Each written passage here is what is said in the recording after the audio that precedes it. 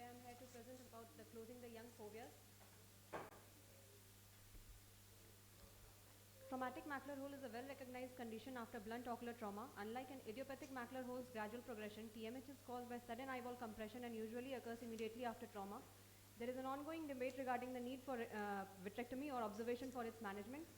The primary aim of our study was to see the anatomical and functional outcomes of pediatric TMH with current treatment guidelines, and secondary aim was to study the rate of spontaneous closure and type of closure after surgical intervention, and to study the correlation of base diameter with preoperative visual acuity and functional outcome of pediatric TMH. It was a prospective interventional study, inclusion criteria being age under 18 years, history of ocular trauma associated with decrease in visual acuity, and a well-documented full-thickness macular hole seen on ophthalmoscopy and FDOCT. Exclusion criteria was age above 18 years, idiopathic macular hole, open globe injuries, any media opacity deterring with measurement of OCT parameters, history of any vitreoretinal surgery, high myopes, and patient who were unable to maintain the prone position after surgery. 14 eyes were selected and taken in our study with complete ophthalmic examination. BCVA recorded pre and post-op on Snellen and converted to logmark. Presence absence of Wies ring, Berlin edema, extrafoveal hemorrhage or choroidal rupture was noted. SDOCT parameters noted were base diameter, minimum linear diameter, presence or absence of cystic edema or fluid cuff, and posterior vitreous detachment.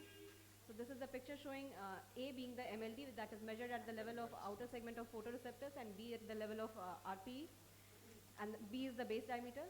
The baseline parameters include mean age of the patient was 14 years, pre-op BCVA was 1.09, post-op BCVA was 0.69, average BD was 1387, MLD was 602, and 6 cases had cystic spaces and 9 had fluid cuff. A 3-month observation period was advised to each patient with own risk and benefits explained in unbiased manner, and a monthly follow-up was advised.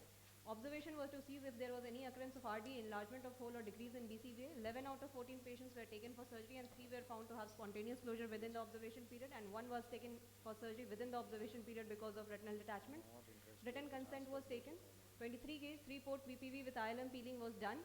Triamcinolone assisted PVD induction was done. ILM stain with BBG for 45 seconds, and ILM peeling was done from arcade to arcade with a flap of ILM draped over the MH. FAE was done, and 10 out of 14 patients had C3 F8 tamponade, and 1 with the RD had silicon oil tamponade. This is the flower petal technique of ILM peeling. Patient was advised prone positioning for a week and was reviewed on day 1, 7 and 12 weeks after the surgery. Post-op BCVA and OCT parameters were taken at 12 weeks in the study.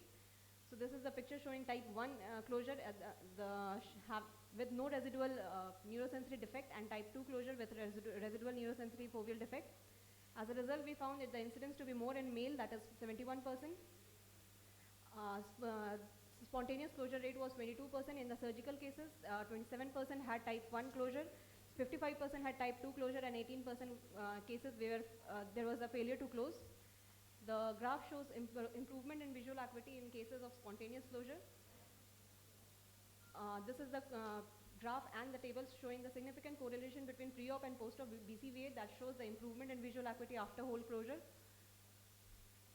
The table shows a significant correlation between base diameter and pre-op BCVA, showing that as the base diameter increased, the pre-op visual acuity dipped, and same goes with the base diameter with post-op BCVA, that was even more significant, and it shows that the visual gain after surgery was not that much as compared to those which have the lesser base diameter.